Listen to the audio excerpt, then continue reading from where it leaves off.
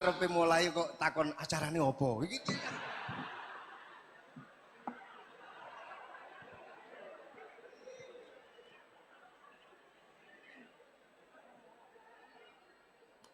Assalamualaikum warahmatullahi wabarakatuh. Bismillahirrahmanirrahim. Tabarakalladzi nazzala al-furqana ala 'abdihi liyakuna lil 'alamina nadhira. Allahumma shalli wa sallim ala sayyidina Maulana Muhammadin wa ala alihi wa sahbihi asma'in amma ba'du. Yang sangat saya hormati Rektor Tribakti Kiai Haji Abdul Kafabi, semua keluarga Lirboyo, semua yang hadir yang saya hormati. Ini tadi saya diajari doa maksa Tuhan. Saya punya sanad yang mungkin lebih keren. Jadi ada seorang Arabi berdoa di Raudhah. Ya Allah, jika engkau jadikan orang soleh, maka yang senang adalah kekasihmu. Jika engkau menjadikan saya orang fasik, maka yang senang musuhmu, yaitu iblis. Tinggal jenengan mau nyenangkan kekasihmu apa musuhmu. Akhirnya ada hatif, ya sudah, soleh saja soleh, doa kok gitu. Artinya kalau seseorang soleh yang suka siapa? Rasulullah. Rasulullah berstatus Habibullah. Ya Allah, kalau engkau jadikan aku orang soleh yang suka kekasihmu. Kalau aku jadi orang fasik yang suka musuhmu. Terserah jenengan mau menyenangkan musuhmu apa menyenangkan kekasihmu. Coba ampun, terserah jenengan. Tentu pilihannya Allah menyenangkan kekasih Allah. Itu saya ijazahkan ini. Semoga agak diterima. Covid. Jadi kalau di Ihya itu ada Kitabul Wujdi, ada yang baca Al-Wajdi. Tinggal zaman mondok ngarokati apa enggak tahu saya. Resiko mondok Lirboyo memang gitu, kata Mbah Mun itu harus semuanya diharokati. Tapi kata Mbah Mun ini sarang, jangan harokati semua, jangan maknani semua. Kalau dalil di sini katanya kan apa itu al ilmu sayyidun wal kitabatu qaiduhu. Jadi ilmu itu ibarat hewan liar, supaya enggak liar dicancang gitu. Tapi kata Mbah Mun ambek cancang kabeh ya ketekaken mati gitu. Jadi ini nah, saya ini kan dikatakan Gus Kafabi tadi cucu murid. Ini saya senang sekali karena memang saya jarang mau diundang pengajian umum. Karena diundang itu artinya kan makmur, diperintah. Sehingga ini sekaligus maklumat, yang nggak merasa mbah guru, jangan ngundang saya, itu kualat nanti. Karena saya berkali-kali bilang, hormat kiai itu wajib, tapi ngatur kiai itu haram. Jadi aturan mainnya jelas, hormat kiai itu wajib. Seneng kiai wajib, tapi kalau ngatur kiai, haram. Ngatur itu ya fatwa itu fatwa ya. Begini, saya ini baru neliti, mungkin ini tahadus bin nikmat. Saya berkali-kali rembukan sama, termasuk diantaranya sama Profesor Quraish Shihab. Itu mau menjadikan manhajul Quran itu mudah. Di antara kitab yang saya pelajari serius itu kitab Syajaratul Ma'arif. Nanti sebagian tak tinggal di sini biar diajarkan Gus Rizza. Itu rencananya PSG Pusat Studi Qurannya Pak Quraish itu menerbitkan itu. Sementara ini sekarang di UI Universitas Islam Indonesia saya juga ngajar kitab itu. Kitab itu begitu mudah menjadikan Quran itu pegangan. Kalau di sini katanya mau dimilenialkan itu, milenial itu. Itu begini, misalnya begini. Ini saya beri contoh. Jadi peristiwa-peristiwa khusus yang ada di Quran itu ditabwib secara umum. Jadi ini saya nanti tidak guyon supaya Gus Rizza gak kelihatan kalah, karena kalau guyon-guyonan itu menang saya. Saya ini orang Pantura. Saya misoh saja ada dalilnya. Karena memang dalam tarikh-tarikh itu gitu. Ini Muhammad ponakan kamu, kata orang-orang kafir. Saffaha ahlamana wasabba alihatana. Semoga gak ada yang menerjemah wasabba alihatana. Kitab itu mudah sekali. Misalnya begini, saya beri sekian contoh, mungkin 3 sampai 4. Babu nafil ibad bikullil bilad. Bab kalau seseorang itu harus manfaat di mana saja dia berdomisili. Terus beliau secara mudah bilang qala ta'ala hakian an Isa bin Maryam wa ja'alani mubarakan ainama kuntu. Saya adalah orang yang hidup di mana-mana itu membawa apa? Berkah. Terus beliau memberi judul secara umum babu nafil ibad bikullil bilad. Sehingga saya di Rembang, di Lirboyo atau di mana saja, etikanya satu, harus bermanfaat. Setidaknya manfaat kalau ada orang ingin menang ya saya ngaku kalah lah. Kalau ada orang yang ingin saya diangkat jadi murid ya oke saya jadi murid beliau. Enggak masalah. Karena bagian dari kesalian itu tawaduk. Pasti yang tawaduk jadi wali karena man tawadu'a rafa'ahu Allah. Yang kumo luhur jadi guru pasti tidak jadi wali.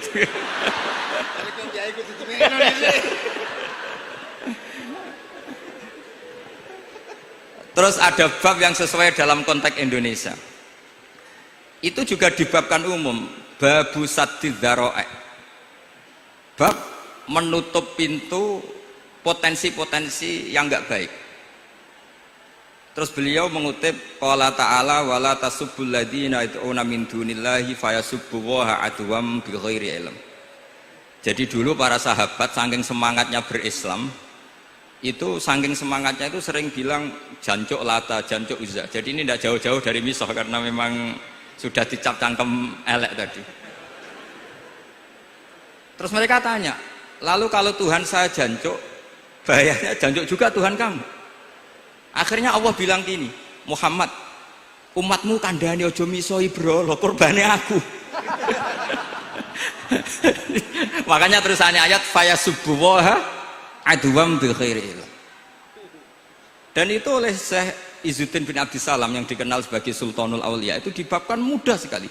Babu saddid dzara'i. Jadi kalau kamu ingin Allah tidak dipisoi, Islam tidak disakiti, kamu jangan menyakiti agama lain. Itu bagian dari mencintai Islam. Jangan kira kita hormat sama agama lain karena ikrar, tidak, itu bagian dari mencintai Islam.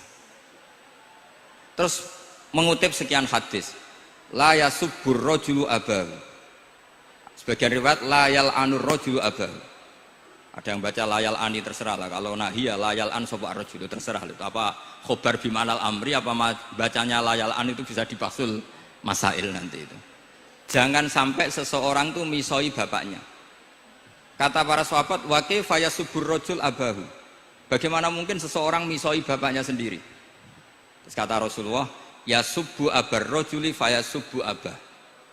Wa yasubbu ummar rajuli fayasubbu ummah. Dia misoi bapaknya orang lain kemudian dibalas bapaknya dipisah. Ini penting saya utarakan. Jadi mudah sekali. Terus dibabkan di bab umum itu babu saddid dzara'i. Sehingga peristiwa yang khususiyah ini menjadi bisa ditarik kesimpulan secara umum dan Quran maupun hadis mengawal kita ila yaumil kiamah. Karena kita tidak kehilangan stok untuk memaknai Quran dan hadis dengan cara yang diajarkan Syekh Izzuddin bin Abdissalam yang kita kenal, beliau termasuk Sultanul Ulama. Contoh ketiga ini yang paling penting dan itu saya sering utarakan. Beliau bikin judul la yutrakul haqqu li ajlil batil. Kebenaran tidak boleh ditinggalkan hanya karena banyak kebatilan. Uniknya apa? Beliau pakai dalil, saya yakin seorang dokter Riza pun nggak terlintas kalau itu ada.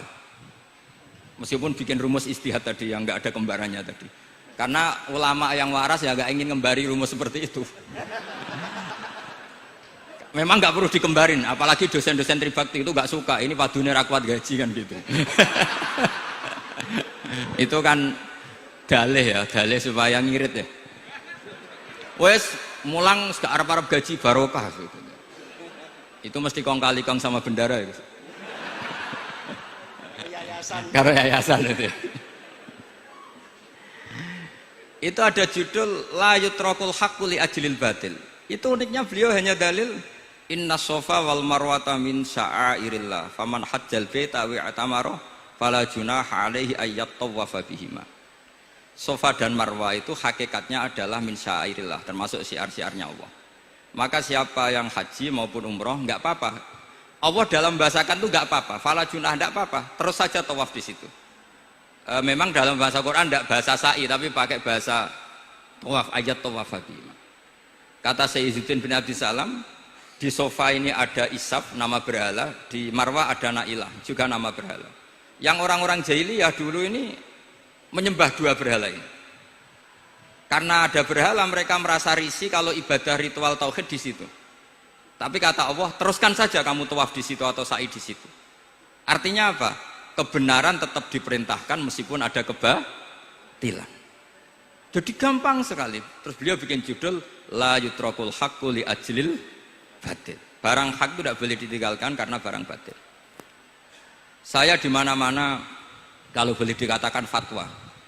Kalau ada orang mati karena narkoba atau karena mendem atau karena koplo atau karena oplosan, itu kita sebagai kiai datang saja. Tapi tidak harus kiai yang top-top kayak Gus Rizal, salah satu kiai datang. Karena sekali kita tidak datang, mereka akan menciptakan tradisi baru dalam penguburan. Kiai ratekong, soleh-soleh ratekong, dipendem ala mereka. Didekno ambek diminumi arak. Sehingga kita datang ini karena apa? Sebetulnya demi melaksanakan syariat Islam, memperlakukan janazatu muslim. Kita kelola secara Islam. Meskipun mangkel, kita mangkel, wong mati kok oplosan. Mati-mati pas sujud kan keren. Atau mati karena gaji terlambat kan keren.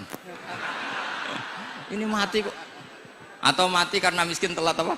Gaji kan keren, tirakat lah, qanaah. Nah. Betul, ini mas-mas kalau yang mencintai bapak tidak kesampaian, syahid cinta itu juga syahid. Asal tidak pernah lihat, tidak pernah SMS.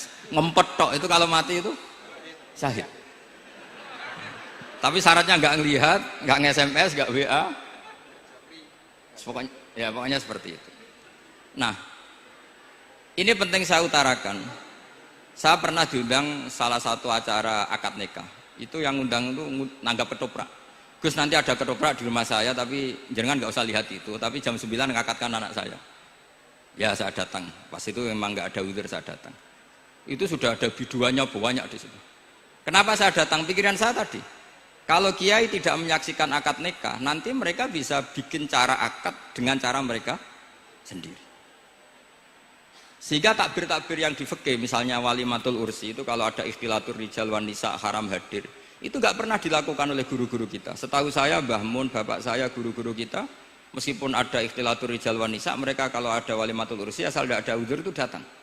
Karena la yutrakul haqqu li ajlil batil. Padahal jelas di Bajuri, di Anatut Thalibin, jika hunaka muharramun harumal khudur. Entah kalau Gus Rizal baca khurrimal khudur atau harumal khudur, tidak tahu. Saya ini kan bisa debat ini. Karena saya santri sarang, jadi kalau baca dua kali, harumal khudur atau khurrimal khudur. Tapi kalau yang santri sini mau tidak mau ya anut harokatnya guru tadi. Resikonya nurut itu harus ikut. Haruma apa khurrima. Kalau saya karena enggak dimaknani, jadi ya bingung. Maksudnya bingung milih. Saking banyaknya ilmu. Bukan bingung karena goblok, bukan.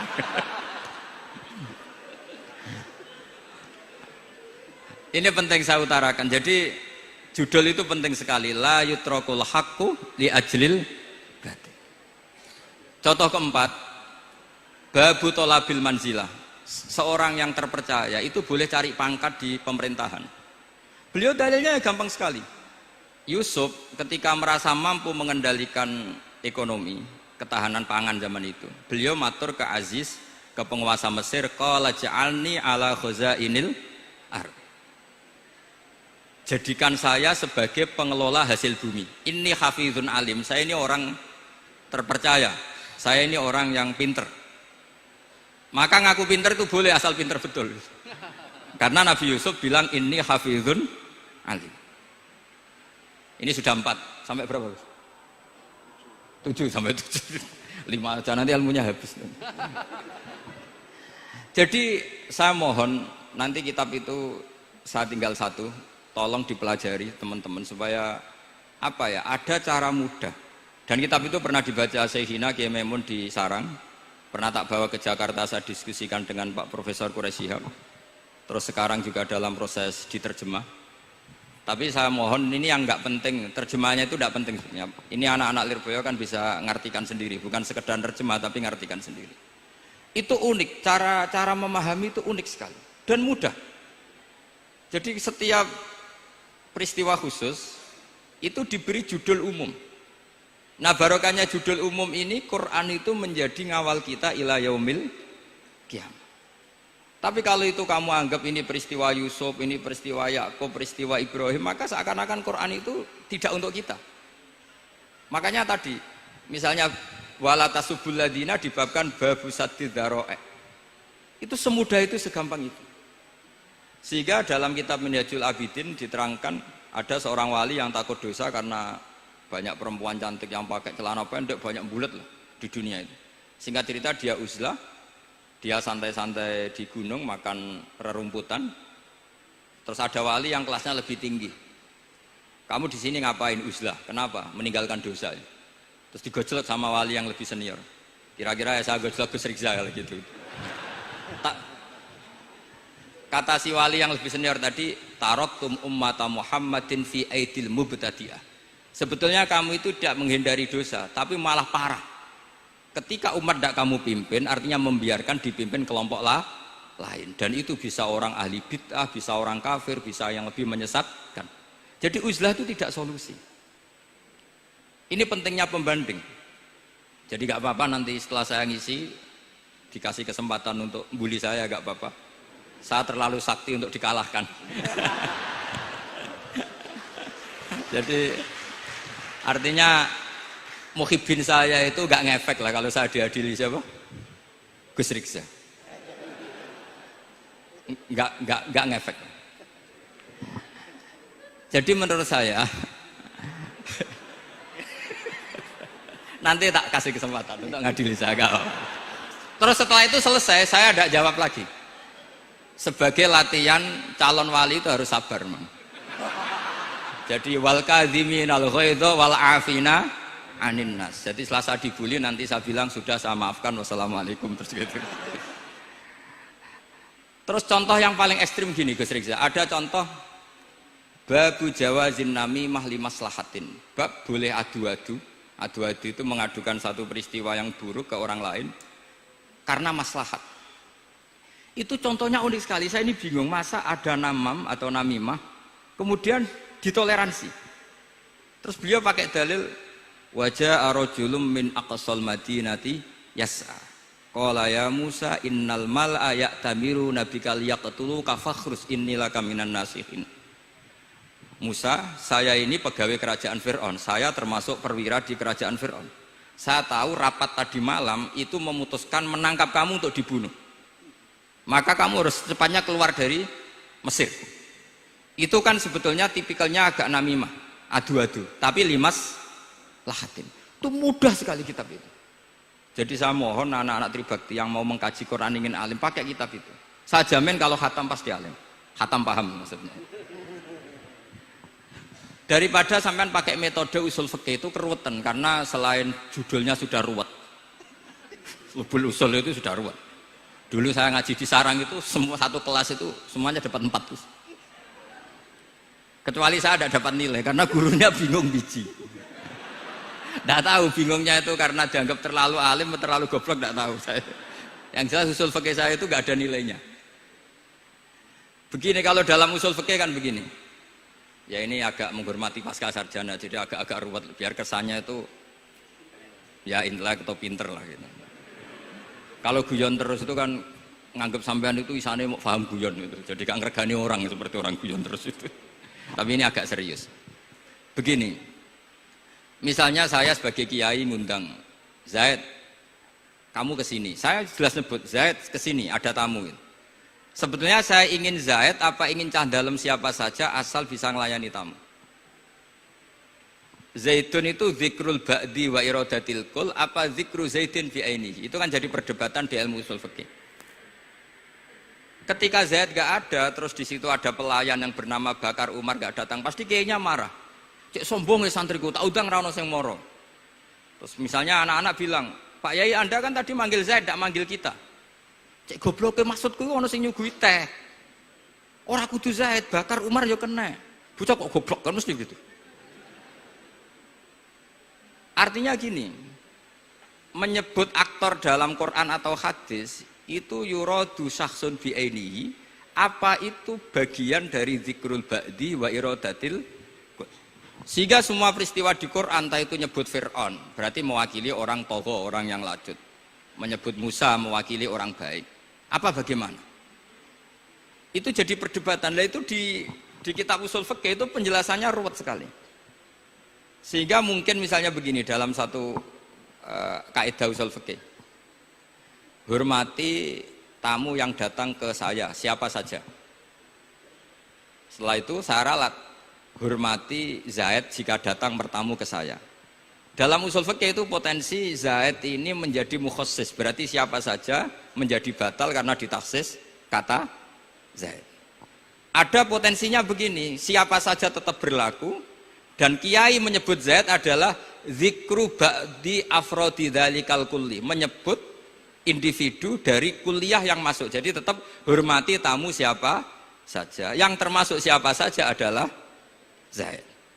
Apa siapa saja tidak menjadi hukum karena terganti hanya khusus Zaid.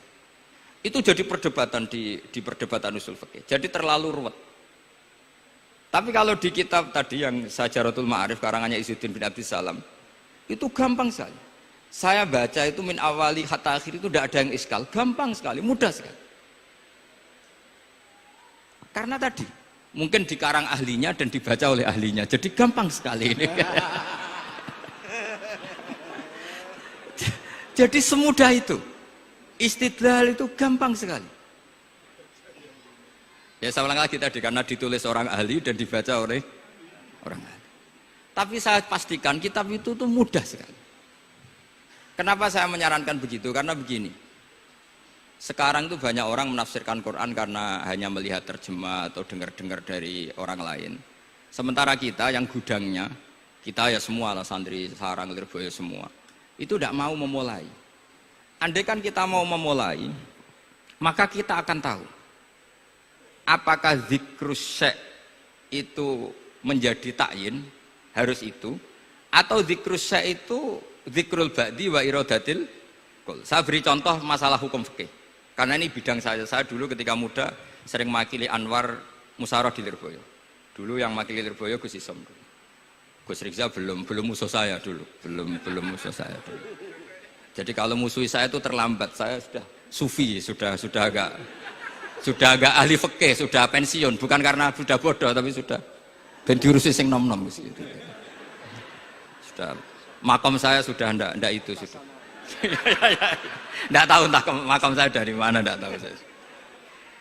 Misalnya begini, saya beri contoh. Di antara yang nggak boleh dalam pernikahan adalah wa antajma'u bainal ukhtain. Menikahi mbaknya plus adiknya, fi nikahin wahid, tahta rajulin wahid. Jadi nggak boleh mempoligami mbak bersama adiknya. Kalau kita percaya zahirun nas, maka yang haram hanyalah wayoh atau berpoligami mbak dan adik. Dan itu bahaya kalau Anda memahami seperti itu. Zaman Rasulullah Sugeng ngendikan ditambahi satu tok sama Nabi. Wala benal mar'ati wa ammatiha wala benal mar'ati wa kholatiha. Itu kalau orang Jawa kan satu, karena bule dan bude, orang Jawa itu sama, dari bapak ya bule, dari ibu juga bule. Tapi kalau orang Arab bilang min jihatil ab disebut ammah, min jihatil dikatakan kholah. Nabi zaman Sugeng itu hanya nambah itu tok. Juga agak boleh menikahi ponaan plus buleknya atau menikahi buleknya plus ponaannya. Kemudian oleh ulama fikih ditambahi satu kaidah. Dua perempuan yang kalau saja laufurido itu kalau saja diandekan yang satu lelaki tidak boleh nikah, maka orang ini tidak boleh dijamu dikumpulkan tahta rajulin wahid. Berarti memasukkan siapa saja? Mbah dan cucunya, perempuan dan buleknya, perempuan dan saudaranya. Nah, artinya gini, andekan yang disebut Quran itu menjadi itu saja hukumnya, maka yang haram poligami hanya mengumpulkan mbak dan adiknya, karena Quran hanya bilang wa antajma'u bainal ukhtain. Tapi tentu itu kebodohan. Mesti gak tahu ngaji usul fikih. Kitab yang pantangannya orang banyak, ya pantangannya gurune bareng. Jadi itu bukan pantangan muridnya saja, ya pantangan gurune bareng. Akhirnya apa? Itu kita analisis bahwa ini mimbabi dzikril ba'di wa iradatil kul. Mungkin ada ulama yang era Imam Syafi'i meredaksikan Wa antajma'u bainal ukhtain ibaratun anil jam'i bainal mahromen. Apapun itu, tetap ukhtain di sini itu satu percontohan mengumpulkan dua perempuan yang ada hubungan mahram, entah karena saudara kandung atau bulik bude atau mbah sama cucu. Lalu pertanyaannya, kenapa Quran tidak menyebutkan mbah dan cucu? Kebayang nggak misalnya Gus Rikza nikah orang perempuan cantik umur 25 plus mbahnya umur 70 tahun? Nggak mau membayangkan. Katanya tidak mau membayangkan. Artinya gini, orang waras itu tidak akan melakukan seperti itu, maka nggak perlu dilarang. Tapi nak rabi bae sesuai gedon, jebule ayu adi itu banyak. Terus dongano bae mati itu banyak itu. Sehingga yang potensi bahaya itu wa antas mau penal ukhten. Karena yang potensi nakal itu ya itu tadi. Roh nambah luwe ayu rabi adike, semoga kalau sedang keluarga orang lain ceraikanlah. Tungone maksa. Tungone maksa niku wae.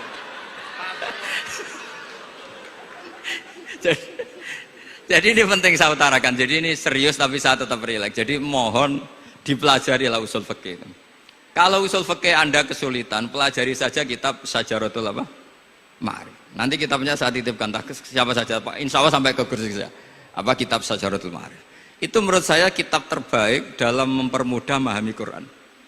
Ya modelnya begitu, misalnya tadi babu nafil ibad bikulil bilad, bab seorang hamba sebaiknya di mana saja bermanfaat. Terus cerita tentang Nabi Isa, wa ja'alani mubarakan aina ma kuntu.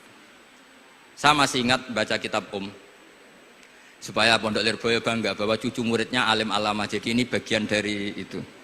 Wong putu muridnya we alim, bangunnya murid Lirboyo ora alim, wong putune we alim kan gitu. Jadi kalau sampai ndak alim dosa gede. Saya kata Gus Kafabi kan putu murid, wong putune we alim mosok muridnya gak alim. Awas nak keman gak alim, sini-sini wong. Jadi harus mengkaca putune we alim, apalagi Anak pas. apalagi anak pas.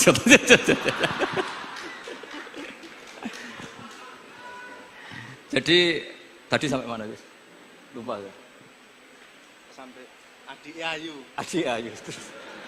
Mbak sing ayu. Ditungakno tadi. Ya ditungane bentang mati adik oleh Mbak. Tapi adiknya mati Gus. Saya teruskan lagi ya. Jadi kalau saya masih ingat baca kitab karangannya Imam Syafi'i dalam tema yang mirip ini. Ketika beliau ditanya, boleh ndak seorang lelaki uzubah tidak nikah? Waqat qala Rasulullah sallallahu alaihi wasallam an nikah sunnati faman rohiba an sunnati falaysa minni. Itu kata Imam Syafi'i. Ya kalau dia tidak nikah karena benci sunnah Rasulullah itu buruk. Tapi kalau karena takdir dia tidak suka nikah atau gak payu rabi ya gak apa-apa kan. Terus Imam Syafi'i ditanya, apa dalilnya? Jawabnya Imam Syafi'i itu rileks sekali. Inna wa ta'ala dzakara abdan sholihan wa wasofa bi annahu hasur. Terus beliau baca ayat wa sayyidaw wa hasura wa nabiyyam minas sholihin. Allah itu menyebut sekian hambanya yang soleh, dan di antara hambanya yang soleh itu berstatus hasur, orang yang tidak nikah. Artinya tidak nikah itu bukan mengganggu kesalehan, maka uzubah itu halal. Semudah itu dulu orang memahami Quran. Kok sekarang jadi sulit tuh salah gurunya apa salah muridnya? Jadi ini cobalah di apa ya, saya memang ingin supaya Pondok Lirboyo itu mudah sekali paham Quran.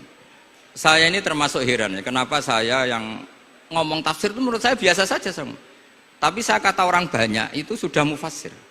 Kenapa saya ngomong biasa saja? Karena ya tadi dengan perangkat-perangkat ilmu kayak usul fikih, kayak fikih sendiri, termasuk kitab Syajaratul Ma'arif, memang memahami Quran itu gampang. Wong kafir saja bisa paham dulu. Umar ketika paham Quran itu belum Pondok Lirboyo. Masih kafir. Nggak pernah jadi mustahik. Apalagi wakil rektor, nggak pernah. Tapi ketika adiknya Fatimah baca Quran, Toha ma anzalna alaikal qur'ana litashqa illa tazkirata limai, itu dia paham dan menjadi masuk Islam. Itu coba fahamnya itu sama ngajinya dulu mana? Dulu fahamnya karena Quran itu muyassar, mudah. Pernah ada seorang ustadz yang mungkin kalau sekarang agak ekstrim lah. Sama ndak usah bilang cingkrang, ndak usah, pokoknya agak ekstrim ini. Kamu kok senengannya nuduh orang gitu. Sampai saya kadang ketularan, saya ini orang baik, gak suka nuduh orang. Gitu. Itu ada orang yang agak ekstrim itu, datang ke Harun ar-Rasyid. Ya Amirul Mukminin gitu. Inni nasihun laka famusaddidun alaika. Fala tajidanna alayya fi nafsika syai'an. Saya ini orang baik-baik, ingin nasihati jenengan, cuma saya agak kasar. Musaddid itu agak kasar. Dalam bahasa Arab musaddid siddah itu kasar. Kasar atau tegas, kasar lah. Dalam konteks ini maknanya kasar. Fala tajidanna fi alayya fi nafsika syai'an. Mohon jangan dimasukkan hati. Apa kata Harun Rasyid? Ngendikan itu mudah sekali dan itu sangat Qur'ani. Kata Harun ar-Rasyid, uskut ya ustad. Sebagian riwayat uskut ya jahil. Hei orang bodoh, kamu diam.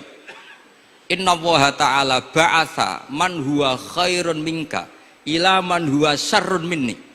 Wa ma'a dzalika qala ta'ala faqula lahu qawlan layyinan la'allahu yatadzakkaru aw yakhsha. Kamu diam hei ustad bodoh. Allah Ta'ala itu mengutus orang yang lebih baik ketimbang kamu, yaitu Nabi Musa, ke orang yang lebih buruk ketimbang saya, yaitu Fir'aun. Itu saja harus beretika. Faqula lahu qawlan layyinan. Kok kamu sama-sama muslim mau main kasar sama saya? Kitabnya mana? Kira-kira seperti itu. Akhirnya Ustadz tadi, ternyata jenengan lebih alim, mboten sios. Semudah itu orang memahami Quran.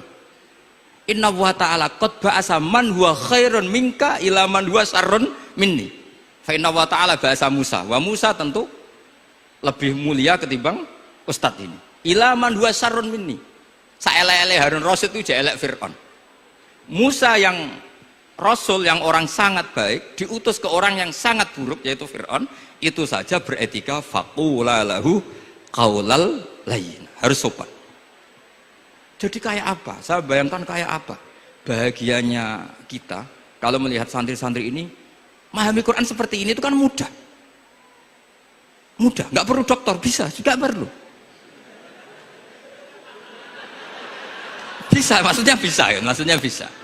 Nggak perlu dapat honoris causa dari apa tadi? Profesor cangkem elek tadi. Profesor bidang cangkem elek. Jadi karena Quran itu dalil, kata Ibnu Abbas, Al-Quran dalil itu mudah ditaklukkan, dibawa kemana saja itu bisa. Nah ini yang terakhir, khasnya NU itu wasilah. Ini terakhir, nanti setelah ini selesai. Tapi saya mohon MC atau moderator atau siapalah ngasih waktu Gus Rizal untuk bully saya, dan saya jamin tak balas. Tidak tak balas dan saya latihan legowo tadi wal afina aninas. Sudah itu kata Rasulullah kan gitu, orang yang meninggalkan debat padahal dia benar banawahu baitan fi rabbil jannah. Jadi sudah saya ingin masuk surga lah, tidak usah repot-repot berdebat. Wasilah misalnya Gus Kafabi niru Mbah Makhros atau Mbah Mun niru Mbah Karim niru Mbah Khalil Bangkalan sampai guru-gurunya.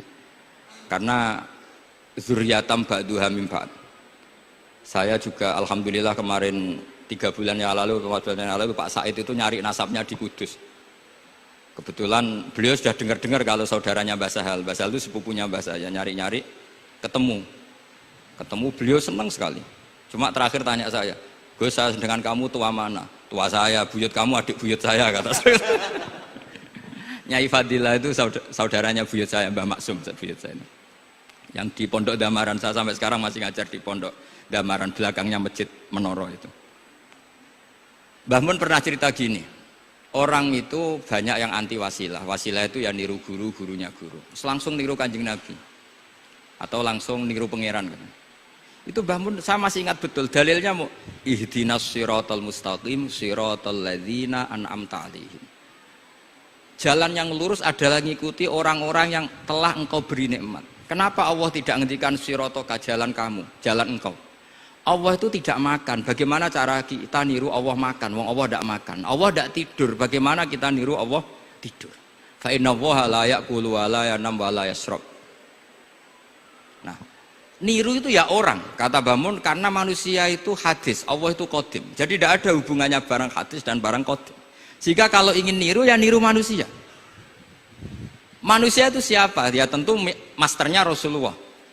Tapi kan walau lala ulama lama arafnal anbiya. Tanpa ulama kita tidak tahu Nabi melakukan apa, karena ini butuh sanad. Masyhur itu, walau la murabbi lama arafna rabbi, tanpa murabbi kita tidak tahu rabbi. Nah, ini penting saya utarakan sehingga di Quran itu setiap orang baik itu disebutkan orang-orang baik itu siapa? Ulaikal ladzina an'ama Allahu 'alaihim minan nabiyina min dzurriyyati Adam wa mimman hamalna ma'anu wa min dzurriyyati Ibrahim wa Israila wa mimman hadaina wajtabaina. Selalu orang baik itu diceritakan orangnya dan ngikuti orang juga. Ulaikal ladzina hadahum wa fa bihudahum muqtadi. Kenapa? Karena kita tidak bisa niru Allah, karena Allah itu tidak makan, tidak minum, tidak tidur. Tentu tidak nikah. Tapi sekarang orang tuh geger, wanut guru-guru ra mesti bener. Sing marai kaidah nak guru ra mesti bener tuh kita. Kita setiap ngajar di Lirboyo di Sarang bilang selain Rasulullah Muhammad tuh tidak maksum. Jadi mereka ketinggalan kalau ngomong kiai ra mesti bener. Tahu kita mulai kecil diajarin selain Nabi kok ora maksum. Dekne ro ilmu anyaran kok ngandani sing mulai bayi alim itu kan lucu. Kita mulai dulu tahu selain Nabi itu tidak maksum. Kok malah dikandani kiai tidak mesti bener, kenapa diikutin? Udah tahu kalau kiai tidak mesti bener. Cuma kalau kiai tidak mesti bener, nak kue mesti ra bener. Lagi-lagi gerakan cangkem elek kan gitu. Kalau kiai itu hanya mungkin tidak bener, kalau kamu mesti tidak bener. Ini penting saya utarakan sehingga mudah sekali. Apa dalilnya wasilah? Ya kita jawab saja. Ihdinas siratal mustaqim siratal ladzina an'amta alaihim. Semudah itu Quran dipahami ahlinya. Tapi sekarang kok memahami Quran jadi sulit. Saya menjadi tidak tahu. Ya seperti tadi Izzuddin bin Abi Salam itu banyak dalil la yutrakul haqqu li ajlil batil. Itu contohnya itu hanya innas sofa wal marwata min sya'airillah. Ketika Sofa dan Marwah belum steril dari berhala-berhala itu, ketika Ka'bah belum steril dari berhala-berhala itu, Nabi tetap tawaf di Ka'bah, tetap sa'i di Sofa dan Marwah. Kemudian itu disimpulkan la yutrakul haqqu li ajlil batil. Segampang itu agama. Tapi kenapa menjadi sulit? Jadi saya mohon sekali karena kitab itu sedang dikaji di PSG Pusat Studi Quran, juga dikaji di pondok saya. Dulu Syekhina Maimun pernah baca juga. Sekarang di UII yang ngajar saya. Jadi saya ingin, dan itu diajarkan ditulis lah oleh ulama sing ma'ruf, bahkan gelarnya Sultanul Ulama. Dalam kasafnya Sayyid Abil Hasan Asyadzili, dalam kasaf beliau mengatakan, saya pas kasaf dengar satu suara, satu hatif, ya Ali, ma'ala wajil ardi, tidak ada di muka bumi ini kajian fikih sing abha, yang lebih bersinar, yang lebih moncer ketimbang kajian Izzuddin bin Abdi Salam. Dan tidak ada kajian ilmu hadis mengalahkan kajian Abdul Azim Al-Mundhiri yang ngarang At-Targhib itu. Era Sayyid siapa? Abil Hasan Asyadzili. Dan tidak ada kajian ilmu hakikat sing abha min majlisika. Dan alhamdulillah kita punya kitab itu, Qawaidul Ahkam, Syajaratul Ma'arif, Izzuddin bin Abdi Salam. Juga kita punya kitab Abdul Azim Al-Mundhiri karena kita pakai At-Targhib At-Targhib itu mukhtasornya Muslim juga. Dan tentu kita juga punya Abul Hasan Asyadzili karena kita rata-rata ngaji hikam, kita tahu hikam adalah muridnya Abdul Abbas Al-Mursi dan beliau adalah muridnya Abul Hasan Asyadzili. Sehingga kita insya Allah ngalami dzurriyatam ba'duha min ba'd. Baik dzurriyah nasabiyah maupun dzurriyah sababiyah. Kayak saya tadi dikatakan Gus Kawabi putu Lirboyo karena Mbah Mun ngaji di Lirboyo. Dan saya bangga karena bisa bully jenengan semua, nak putune wae alim apa meneh anake. Mun sepakat iki, nak putune wae alim apa meneh anake. Pun assalamualaikum warahmatullahi wabarakatuh.